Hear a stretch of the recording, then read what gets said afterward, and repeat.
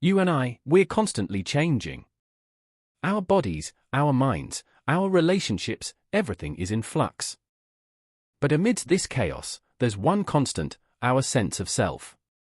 We cling to it like a lifeline, defining ourselves by our memories, our values, and our experiences.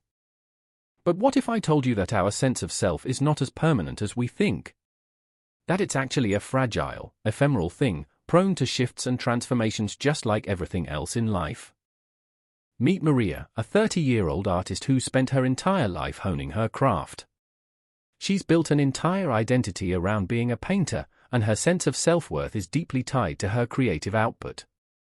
But one day, a severe injury leaves her unable to paint. Her sense of self begins to disintegrate, and she's forced to confront the reality that she's not the same person she was before. As Maria struggles to come to terms with her new reality, she starts to realize that her sense of self was never truly tied to her painting. It was tied to her sense of purpose, her desire to create, and her connection to others. And those things, those essential aspects of her being, are still very much alive. This is the paradox of the immortal self. Our sense of identity is not fixed, but is constantly evolving, adapting, and transforming.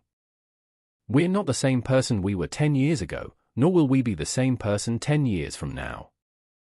And yet, despite this flux, we cling to our sense of self as if it's a permanent, unchanging thing. So, the question is, what happens when you outlive your identity? When your sense of self is no longer tied to the things that once defined you? Can you still be yourself, or are you forever lost in the void of identity crisis? The paradox of the immortal self, our sense of identity is not fixed, but is constantly evolving, adapting, and transforming. And so, the journey begins. To discover your true self, and to find meaning in the ever-changing landscape of life.